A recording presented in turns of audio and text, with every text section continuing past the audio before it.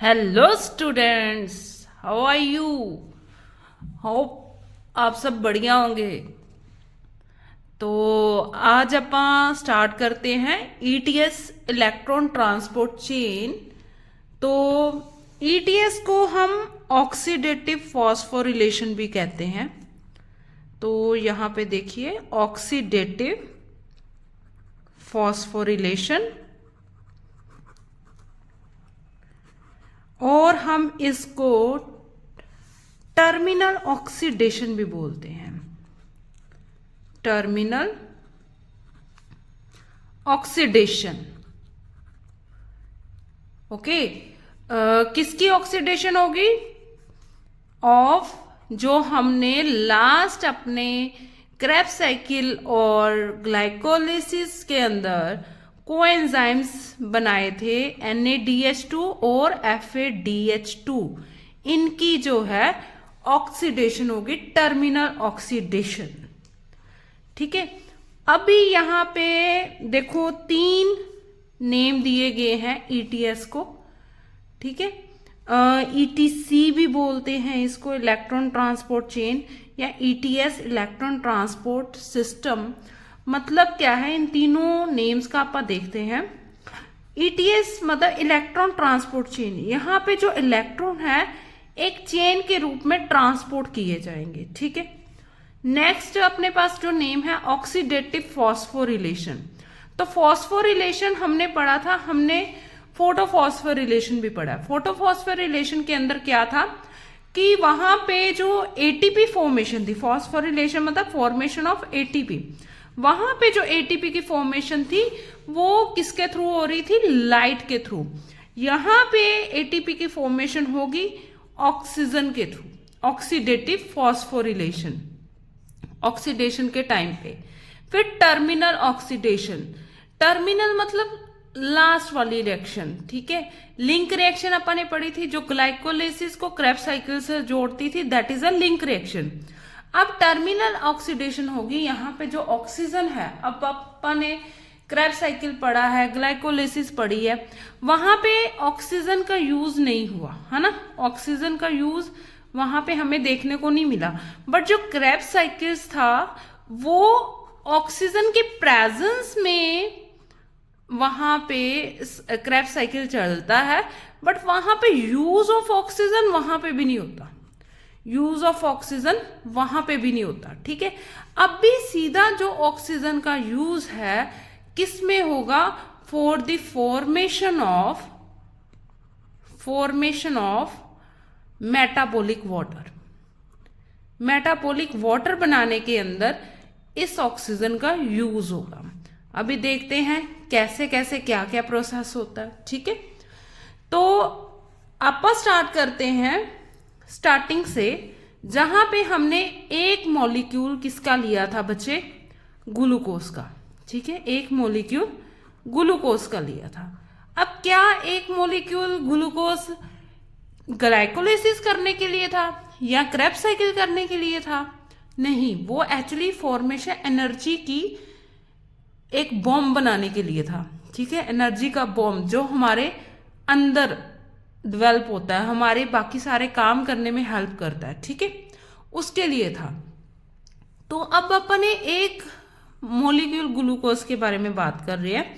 तो यहां पे आप देखो कि एक ग्लाइकोलिसिस, एक मॉलिक्यूल ग्लूकोज यूज करके एक ग्लाइकोलिसिस का साइकिल रन हुआ। ठीक है, जिसके अंदर 4 एटीपी फॉर्म हुए और जिसमें से 2 एटीपी यूज हुए। तो नेट एटीपी हमारे पास जो प्रोडक्शन हुआ वो कितना था? 2 एटीपी का। याद है ना, अपन ने टेबल भी किया था। फिर उसके बाद एक मॉलिक्यूल ग्लूकोज से 2 क्रेब्स साइकिल रन होते हैं। ठीक है, 2 क्रेब्स साइकिल रन होते हैं एक ग्लूकोज मॉलिक्यूल से। अब यहां पे भी 2 एटीपी फॉर्म हुए। क्या पूरा एक मॉलिक्यूल ग्लूकोज सिर्फ 4 एटीपी फॉर्म करता है? क्या सिर्फ इसी के लिए इतने लंबे लंबे रिएक्शंस होते हैं?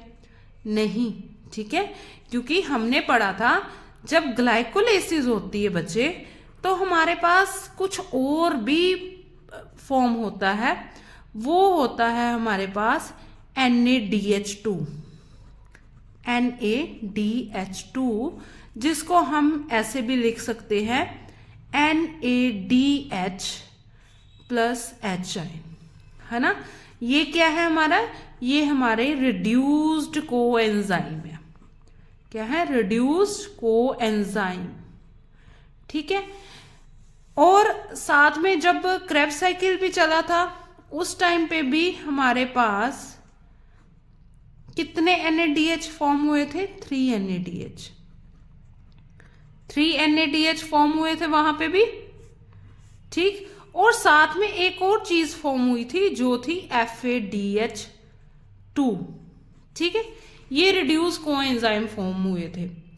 अगर इन कोएंजाइम्स को हम ऑक्सीडाइज करें, ठीक है, अगर हम इन कोएंजाइम्स को ऑक्सीडाइज करें, लेट्स सपोज कि हमने एक NADH को ऑक्सीडाइज किया, तो बदले में हमारे पास क्या मिला, बदले में हमें उससे मिले 3 ATP मोलिक्यूल। कितने मोलिक्यूल, 3 ATP। मतलब एक NADH मोलिक्यूल जो होता है वो किसके बराबर होता है, 3 ATP मोलिक्यूल के, जब ऑक्सीडाइज्ड हो जाता है। पहले तो ये रिड्यूस्ड है ना, हाइड्रोजन है तो रिड्यूस्ड है, तो जब ऑक्सीडाइज होंगे तो क्या बनेगा हमारे पास, 3 ATP मोलिक्यूल। ऐसे ही जब FADH2 को, एक FADH2 को ऑक्सीडाइज करेंगे, ठीक है, ऑक्सीडाइज करेंगे, तो हमारे पास फॉर्मेशन होगी 2 ATP मोलिक्यूल्स की। क्लियर। अब ETC एक्चुअली यही है जहां पे हमें ATP फॉर्म करना है, और जो ऑक्सीडाइज होने के बाद इसके इलेक्ट्रॉन्स निकलेंगे, वो इलेक्ट्रॉन्स किस तरह से ट्रांसपोर्ट होंगे, यही हमने ETC के अंदर पढ़ना है। पहले हम बेसिक इसका क्लियर करते हैं कि ETC चाहिए क्यों। तो चाहिए, इसके 2 मेन पर्पस है। ETC को चलाने के लिए 2 मेन पर्पस है। मेन पर्पस, वो कौन से 2 मेन पर्पस हैं बच्चे, तो उसके लिए 2 मेन पर्पस जो हैं वो है, सबसे पहला पर्पस कि जो हमारे पास रिड्यूस्ड कोएंजाइम आए हैं ग्लाइकोलाइसिस के बाद और क्रेब्स साइकिल के बाद, उनको ऑक्सीडाइज करना, ठीक है। तो ऑक्सीडाइज्ड रिड्यूस्ड कोएंजाइम, कोएंजाइम को रिड्यूस करना, ये काम है सबसे पहला। दूसरा क्या है, दूसरा काम है जो इनके पास NADH और FADH2 के पास हिडन पोटेंशियल एनर्जी है ना, हिडन पोटेंशियल एनर्जी, उस हिडन पोटेंशियल एनर्जी को निकालना।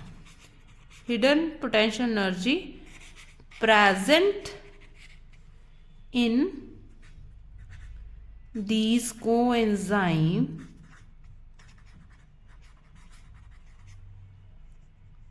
to harvest in the form of ATP, form of ATP, ठीक है। ये है हमारा क्रेब्स साइकिल का। इतना अगर आपको समझ आ गया तो जरूर बताएं। हम इसको पार्ट्स में करेंगे बच्चे, ताकि आपको एक एक चीज क्लियर हो जाए, ठीक है। ETS, इसको ETC भी बोलते हैं, ऑक्सीडेटिव फॉस्फोरिलेशन भी बोलते हैं, और टर्मिनल ऑक्सीडेशन NADH2 और FADH2 यहाँ पे होता है, ठीक है। तो हमने पढ़ा कि ऑक्सीजन यूज नहीं होती, वो कहाँ पे होती है, यहाँ पे ETS चेन के अंदर होती है। ना तो क्रेब्स साइकिल के अंदर ऑक्सीजन यूज होती है, ना ग्लाइकोलाइसिस के। अब हमने देखना है कि एक मॉलिक्यूल ग्लूकोज जो है वो किस तरह से वर्क करता है। एक मॉलिक्यूल ग्लूकोज जो है वो एक ग्लाइकोलाइसिस के अंदर 4 ATP फॉर्म करता है, जिसमें से 2 ATP वो खुद यूज करता है, नेट प्रॉफिट जो हमारे पास आता है वो 2 ATP का आता है। फिर हमारे पास इस एक मॉलिक्यूल ग्लूकोज के यूज करके 2 क्रेब्स साइकिल चलते हैं, तो वो क्या फॉर्म करते हैं 2 ATP। और साथ में ग्लाइकोलिसिस और क्रेब्स साइकिल के अंदर रिड्यूस्ड कोएंजाइम्स फॉर्म होते हैं जिसका नाम है NADH2 और FADH2। जब NADH2 को ऑक्सीडाइज करते हैं तो मिलता है हमारे पास 3 ATP। मतलब एक NADH2 कितने के इक्वल है 3 ATP मॉलिक्यूल्स के, और FADH2 कितने मॉलिक्यूल्स के इक्वल है 2 ATP के मॉलिक्यूल के इक्वल है जब इन्हें हम ऑक्सीडाइज करते हैं। फिर मेन पर्पस हमने पढ़ा कि ETC का मेन पर्पस क्या है, मेन पर्पस है ऑक्सीडाइज करना, रिड्यूस कोएंजाइम को। सेकंड मेन पर्पस है उसका hidden potential energy present in these coenzyme to harvest in the form of ATP, कि जो इन कोएंजाइम के अंदर हिडन पोटेंशियल है, मतलब वैसे तो नहीं ना दिख रहा, बट जब इनको हम ETC के चैनल में लेके आएंगे तो बच्चे हमें पता लगेगा इनके पास कितनी ATP थी। ठीक है, अगर हमारे पास हम कहते हैं कि आइडियल कंडीशन है, तो आइडियल कंडीशंस के अंदर बच्चे आपके पास एक ग्लूकोज जो है, एक ग्लूकोज मॉलिक्यूल वो कम से कम आपको 36 से 38 ATP फॉर्म करके देता है।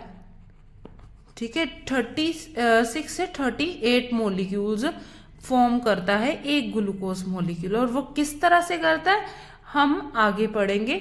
ठीक है, अब इसके आगे का अपन कल पढ़ेंगे। Have a nice day.